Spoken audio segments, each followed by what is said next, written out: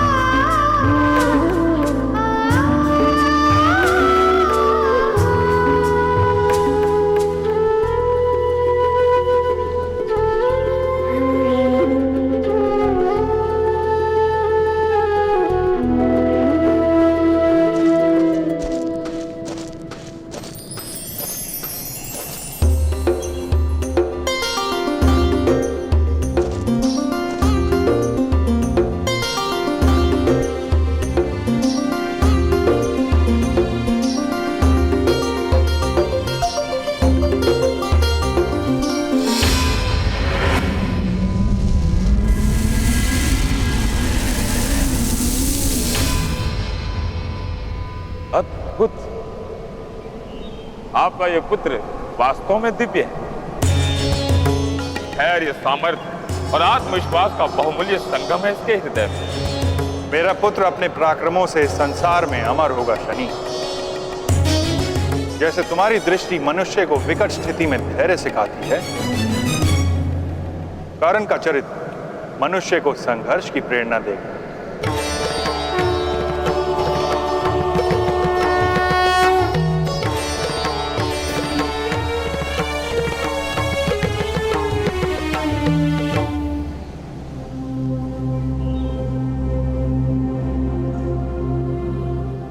माता अब स्वस्थ हो गई।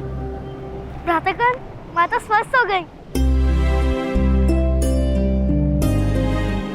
राधा, मनुष्य से संभव नहीं था ऐसा प्रयत्न कर्ण ने कर दिया आज।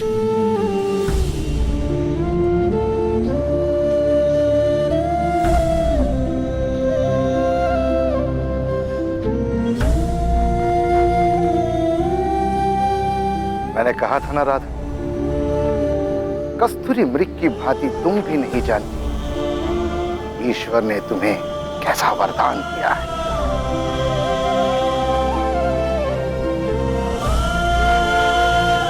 आर्य, जेठ जी से कही है कि मृग और मनुष्य में यही अंतर है कि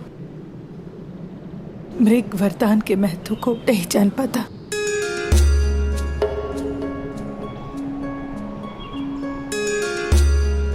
किंतु देर देरी सही मनुष्य इसका महत्व जान जाता है।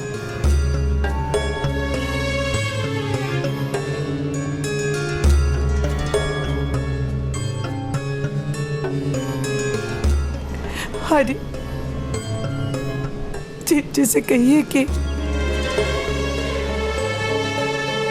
मैं एक सामान्य मनुष्य हूं और इस सामान्य मनुष्य को इतने बड़े वरदान का उत्तरदायित्व लेने से भय लगता है।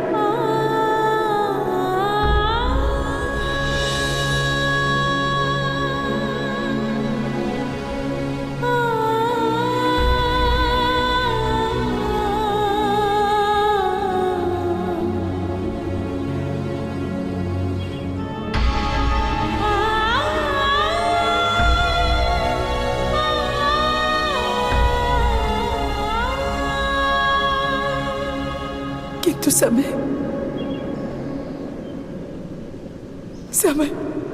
भय से लड़ने की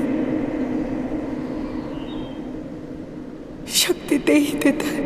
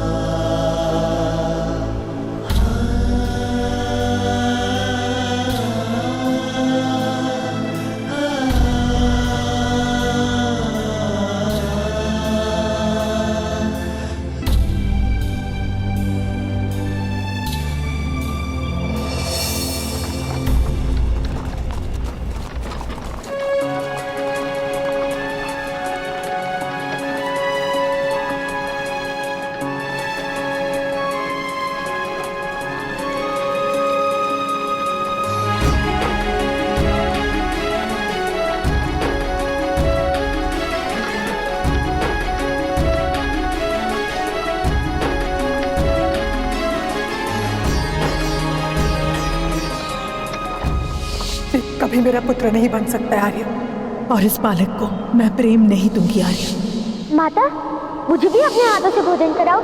कोई आवश्यकता नहीं।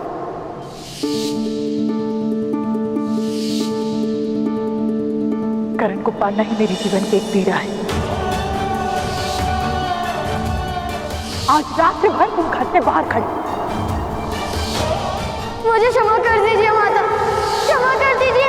मत कहो माता मुझे। मुझे माता कहने का कोई अधिकार नहीं है तुम्हें।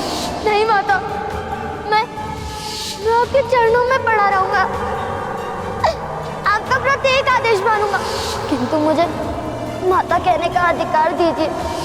मैं मेरी माता के बिना जीवित नहीं रह सकता हूँ माता। तुम मेरे पुत्र नहीं और मैं तुम्हारी माता नहीं। यदि तुम मुझे अपनी माता कहना चाहते हो तो ये लो गुलाल, तोड़ दो अपना धनुष। क्या मेरा शिरच्छेद कर दो। हे भगवान सूर्य नारायण जी, मेरी माता की पीड़ा मुझे दे दीजिए। राधा, मनुष्य से संभव नहीं था, ऐसा प्रयत्न कर्ण ने कर दिया आज।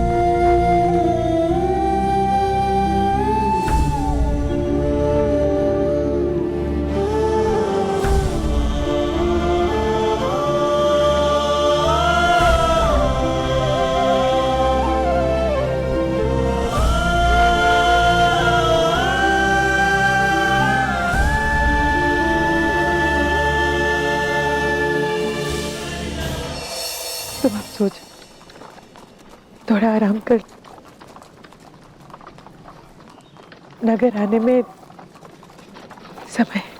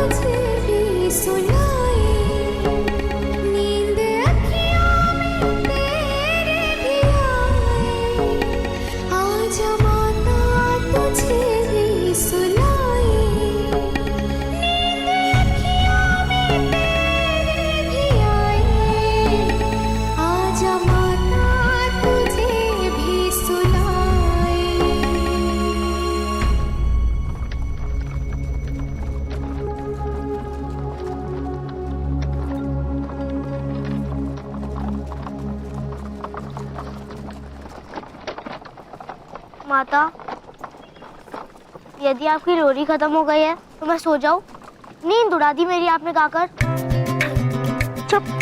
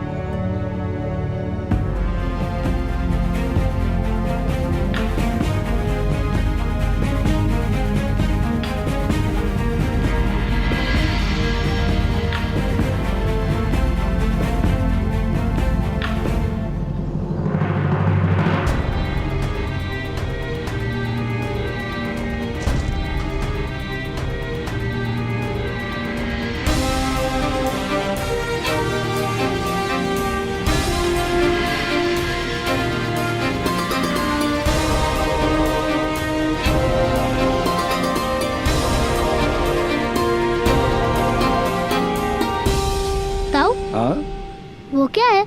स्वर्ग है? स्वर्ग के दर्शन तो मृत्यु के पश्चात होते हैं शोन। पुत्र शोन, ये राजभवन है, राजा का निवास और कार्यस्थल। कुरुओं के राजा यहाँ वास करते हैं।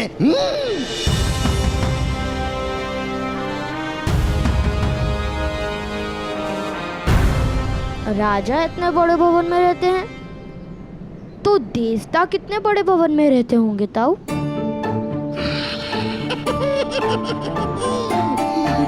उन्हीं बड़े भवनों की क्या आवश्यकता,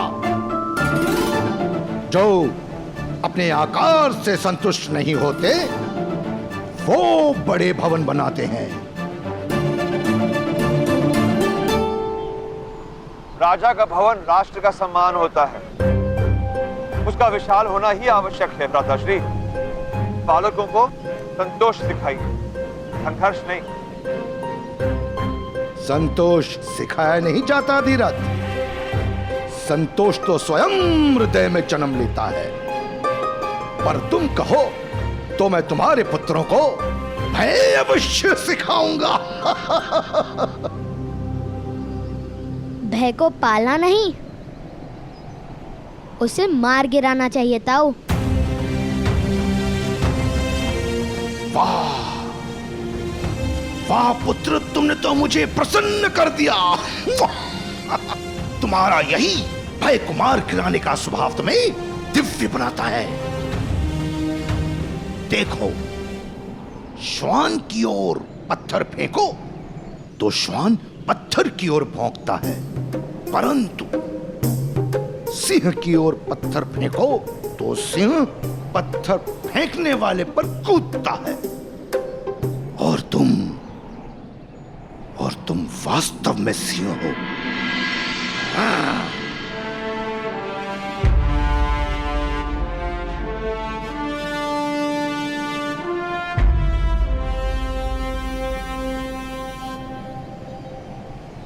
आज इस नगर को तुम देख रहे हो, शीघ्र ही ये सारा नगर तुम्हें देखेगा। नगर जन तुम्हें देखकर कहेंगे, देखो वो जा रहा है अधिरथ पुत्र कर्ण। अधिरथ पुत्र कर्ण।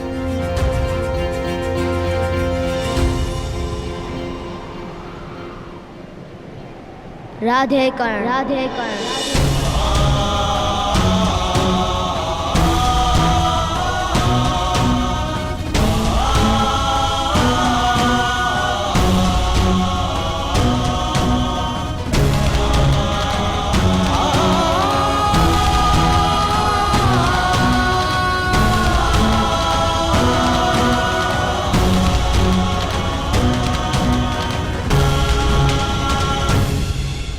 चले, अब हस्तिनापुर में प्रवेश लेने की अनुमति भी लेनी होगी हमें। तुम जाओ, मैं भुगत राम जाकर वृषभान से मिलूंगा। सूतों का वास वही है।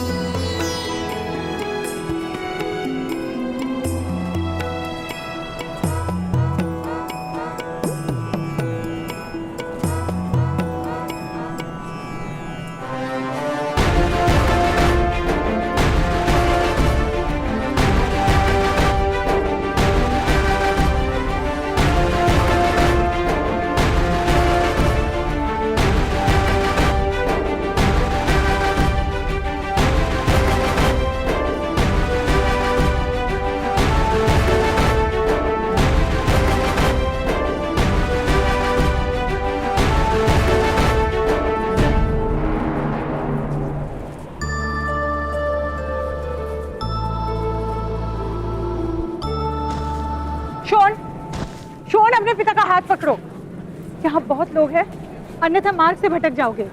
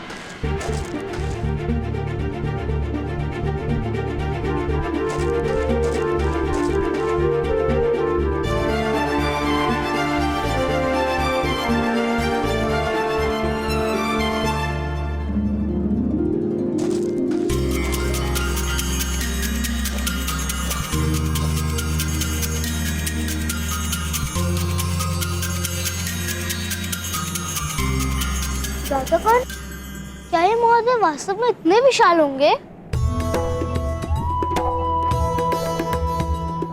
सुना नहीं था उन्हें क्या कहा था? छोटा आकार, बड़ा भवन। तो छोटा आकार, बड़ी प्रतिमा। हमारे शंकुपत गांव के बड़े चाचा जैसा। उनकी ऊंचाई तो केवल इतनी थी, उनका निवास इतना बड़ा। ये बड़ाई चाचा का तो निवास ही नहीं। नहीं, कोई बढ़ई, सूत सुतार या लोहार यहाँ निवास नहीं कर सकते।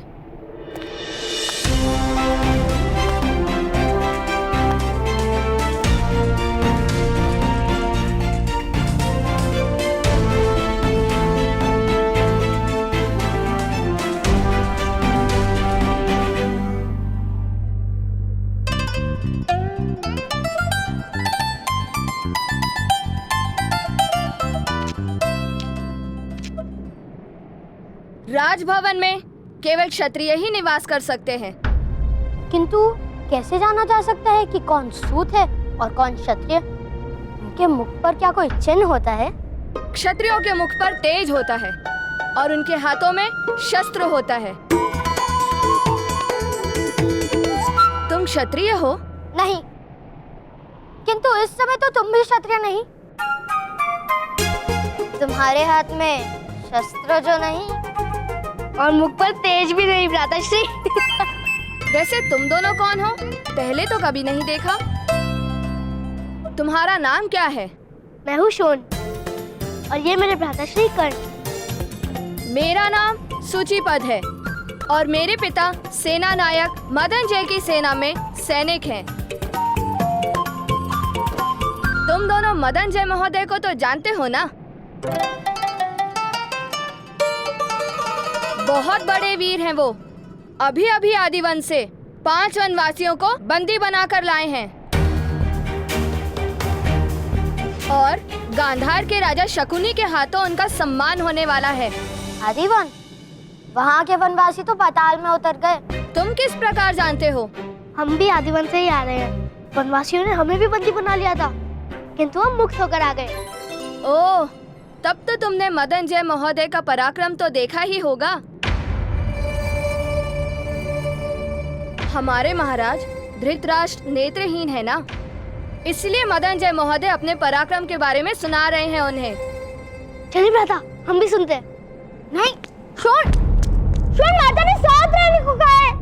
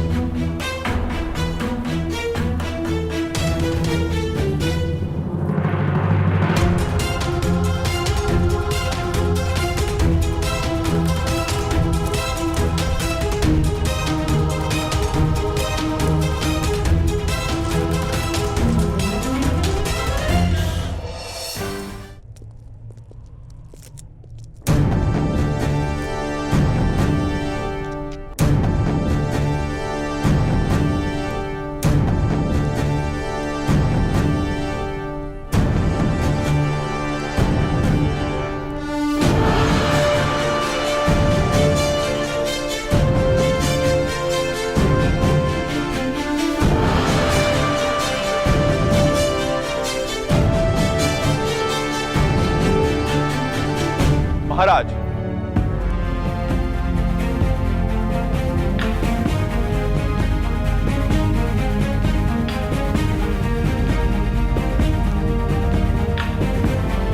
बड़ा विकराल था वो वन। आदिदेव की भव्य और भयानक मूर्ति बनी थी। बहुत बड़ी जीभ आदिदेव के मुख से बाहर आ रही थी। उस जीभ पर मनुष्य का मस्तक रखकर मनुष्यों का बलिदान दिया गया था। अनेक मनुष्यों के रक्त से समग्र परिसर लाल था। एक सूतों का परिवार बंदी बनकर डर से थरथरा रहा था। मैंने विचार किया कि हस्तिनापुर की महान सेना का सेना नायक सूत परिवार का रक्षण यदि नहीं कर पाए तो समाज हस्तिनापुर पर लाल छन लगाएगा महाराज। 500 से अधिक वनवासी थे वहां महाराज, किंतु आपकी कृपा और प्रेरणा से आपका ये सेवक भयभीत नहीं हुआ। मैंने उन्हीं का शस्त्र खींचकर भीषण युद्ध किया महाराज।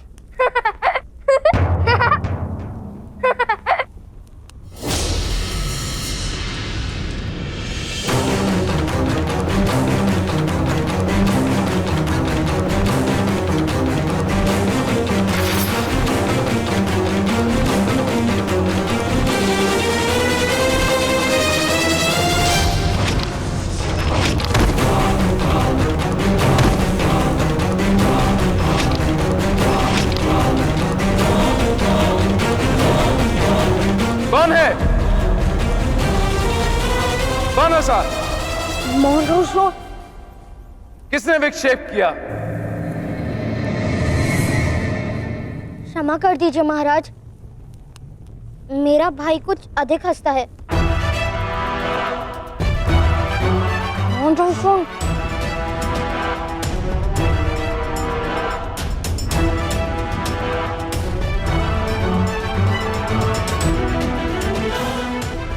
किंतु तुम हंसे क्यों बालक?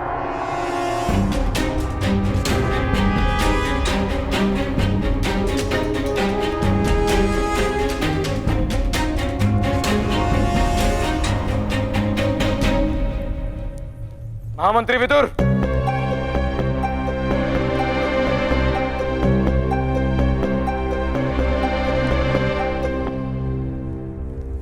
जी महाराज। बालकों, महारानी गांधारी ने तुमसे प्रश्न पूछा है, उत्तर दो।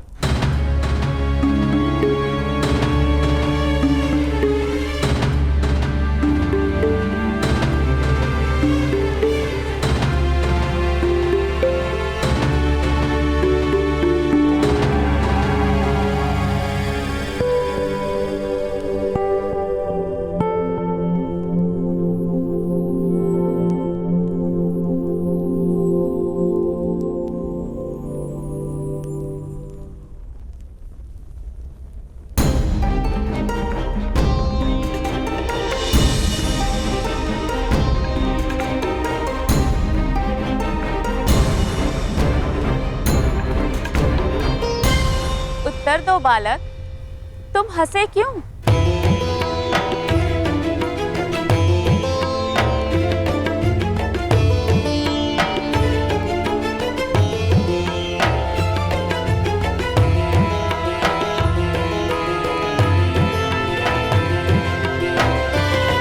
कर्ण, शोर।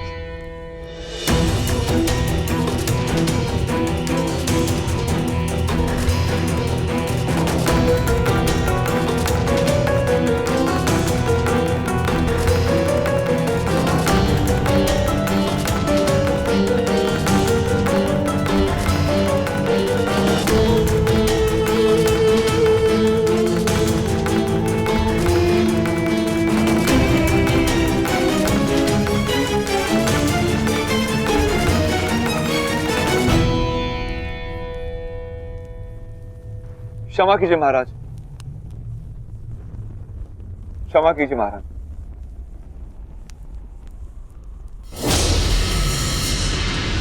ठहरिए।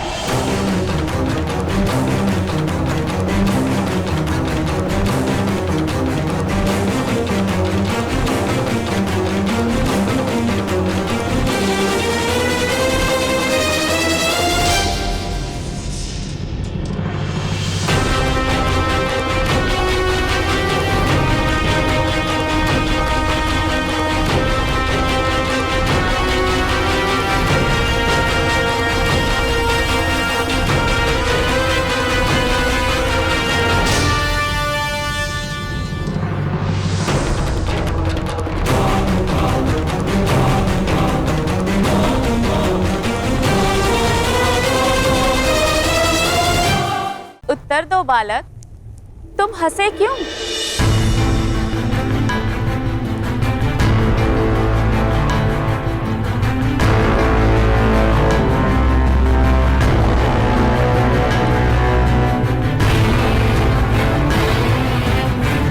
कर्ण, शोर।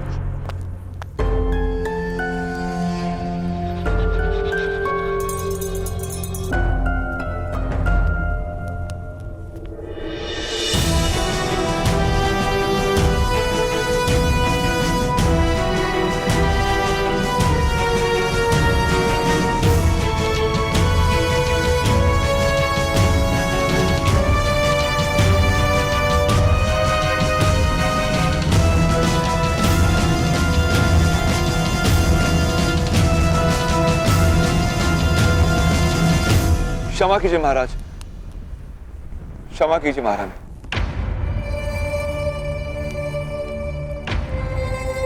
चलो चलो। ठहरिए। महारानी ने प्रश्न किया है, उत्तर दो बालक।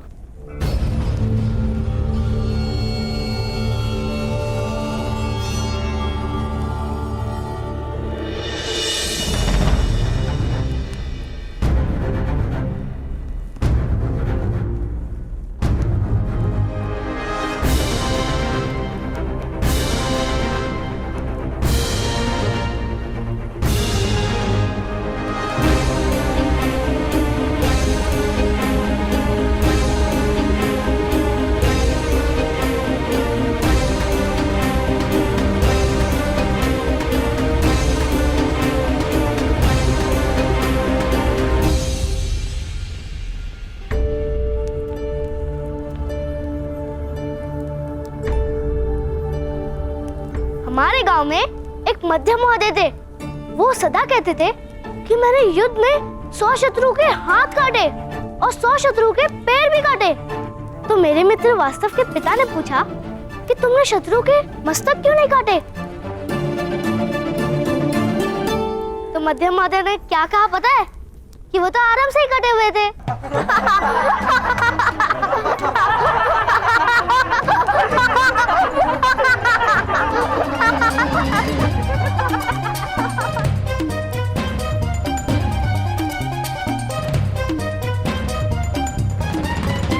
सम्राट धृतराष्ट्र के सामने खड़े होकर चेष्टा करने का साहस करते हो?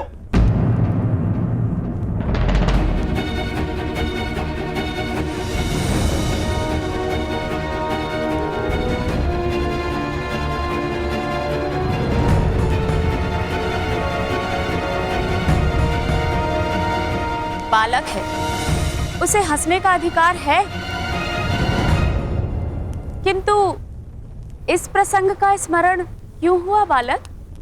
क्योंकि ये सज्जन गुफा से बाहर निकले उससे पूर्व मेरे भ्राताश्री ने उन वनवासियों को पराजित कर दिया था।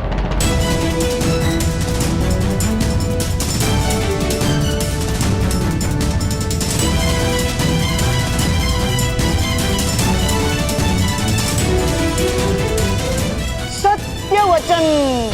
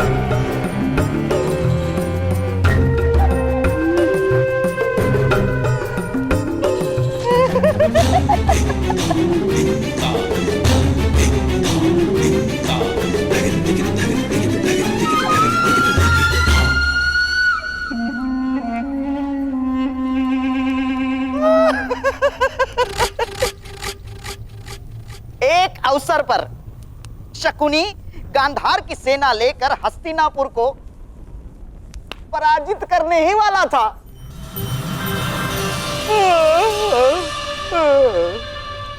किंतु हमारी निद्रा ही टूट गई।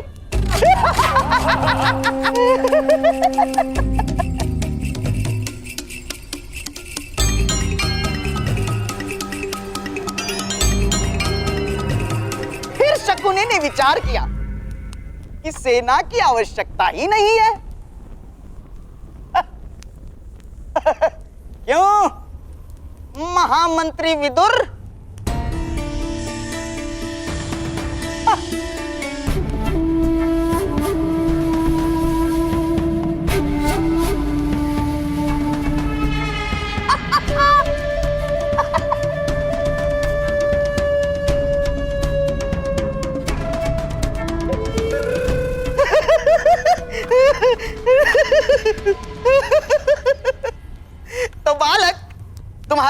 भ्राताश्री जाग गए। किंतु जो व्यक्ति वास्तव में कार्य कर सकता है उसे स्वप्न देखने की क्या आवश्यकता है?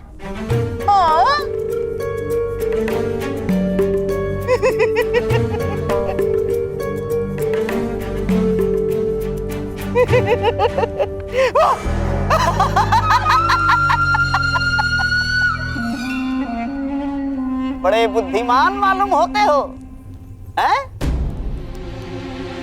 सुनो बालक, यदि यही वाक्य कोई बुद्धिमान कहे तो उसे असत्य कहते हैं, और यदि यही वाक्य कोई मूर्ख कहे तो उसे सत्य कहते हैं।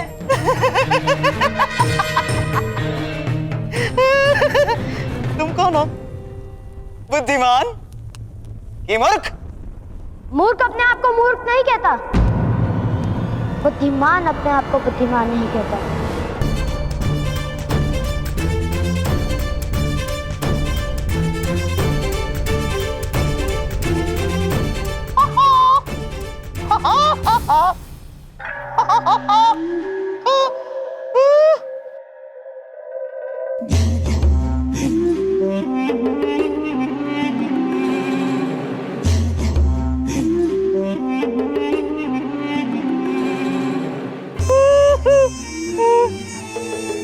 क्या यही है तुम्हारे भ्राताश्री? हाँ। तुमने अकेले ने वनवासियों को पराजित कर दिया? जी।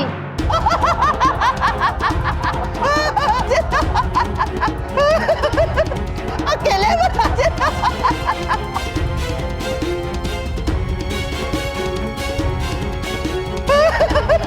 अकेले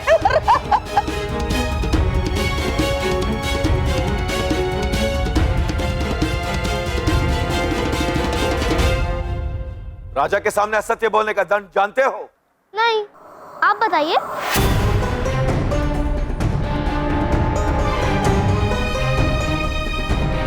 आगे आओ बालक। तुमने हमारे सेना नायक पर आरोप लगाया है कि उसने वनवासियों को पराजित नहीं किया। यह भयंकर आरोप है। आगे आओ। क्षमा कीजिए महाराज, क्षमा कीजिए।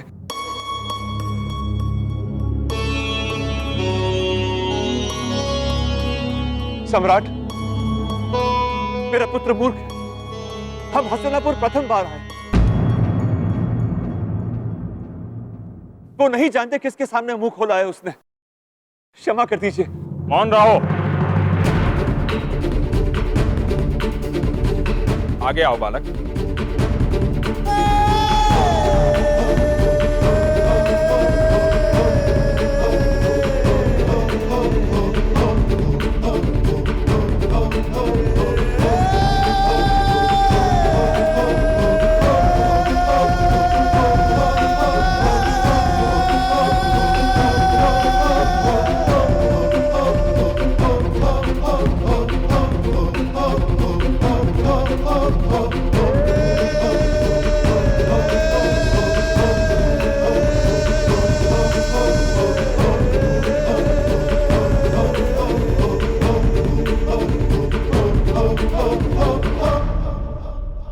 यदि तुमने हंसने हंसाने हेतु असत्य बोला है तो महाराज तुम्हें क्षमा कर देंगे। मैं असत्य नहीं कह रहा हूँ। मेरे भ्राता ने उन वनवासियों को धनुष से पराजित किया था।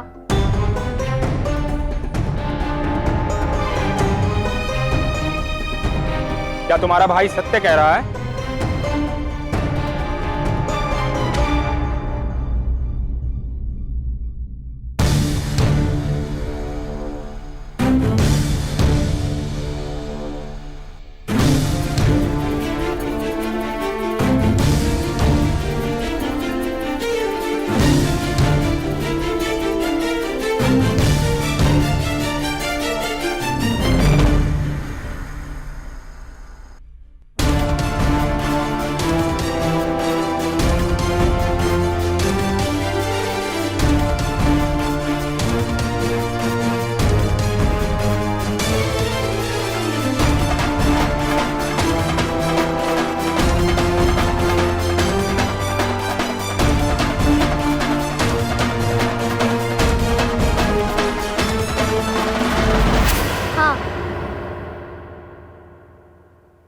हम कभी असत्य नहीं बोलते।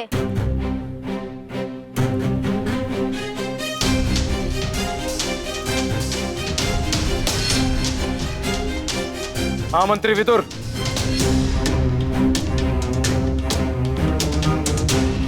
कितने वर्ष का है ये बालक? 9-10 वर्ष का प्रतीत होता है महाराज।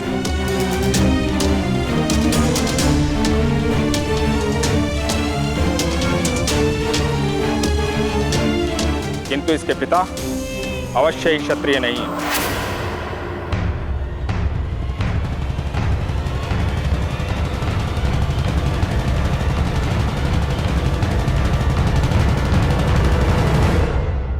कौन सी जात के हो सज्जन?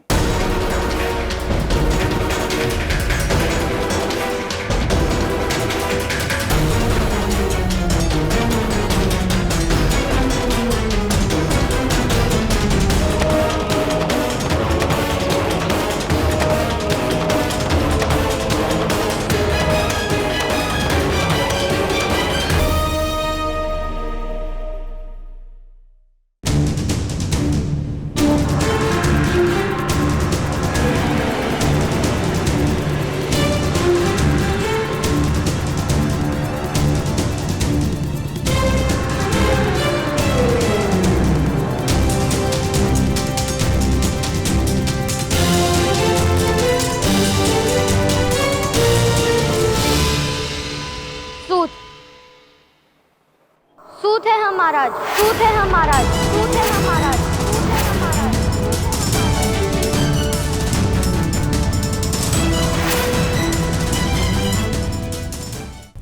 सूत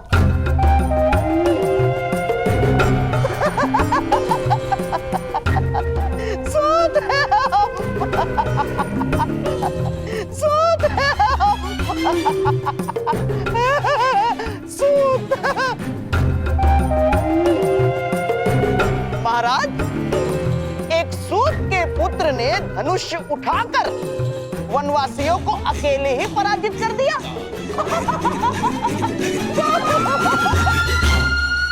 ये तो बड़ी आश्चर्य की बात है महाराज, है? इस बालक की परीक्षा तो करनी ही चाहिए।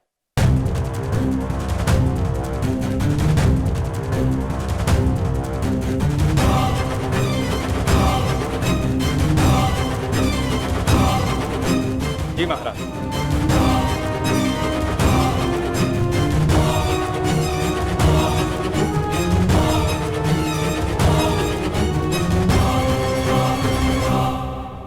सेनानायक मदनजय, अपना धनुष बालक को दीजिए।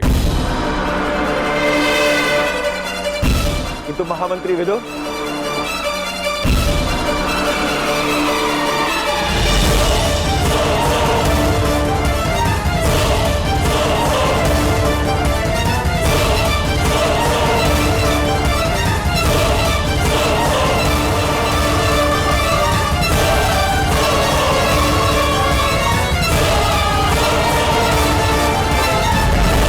धनुष उठाओ बालक।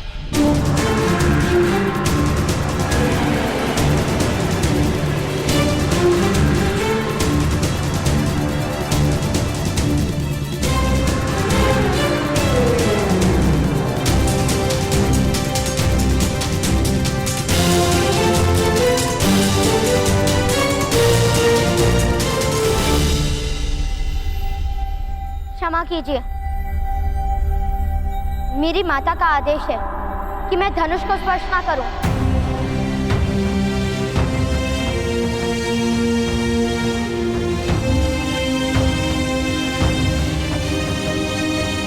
मेरे लिए मेरी माता के आदेश से बड़ा ईश्वर का आदेश भी नहीं।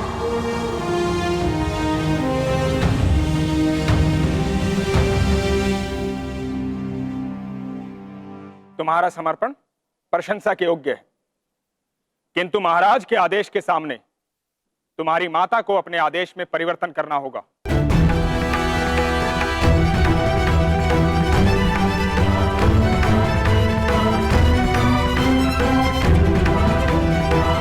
सज्जन, अपने पुत्र को आदेश दो कि धनुष उठाए।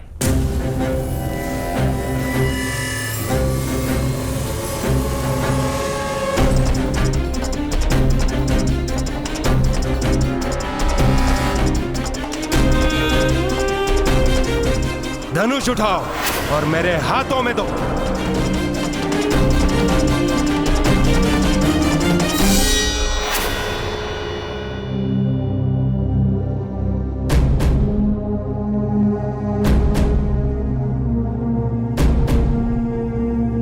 ऐसे ही आदेश से मेरे ताऊ ने धनुष उठाया था,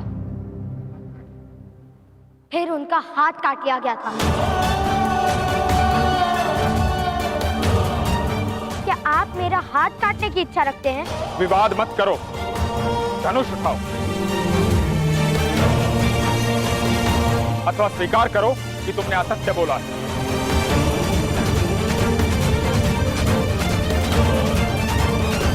धनुष मैं उठा नहीं सकता और असत्य बोलने का दंड आप मुझे नहीं दे सकते, किंतु मैं जानता हूं दंड मुझे अवश्य प्राप्त होगा, कारण चाहे कोई भी हो। असत्य बोलने का तो दंड मिलेगा। सैनिकों,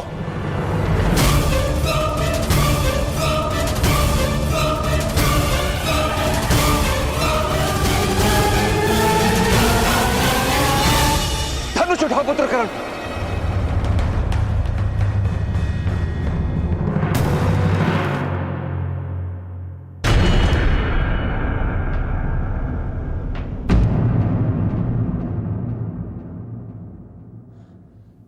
तुम्हारी माता का आदेश है।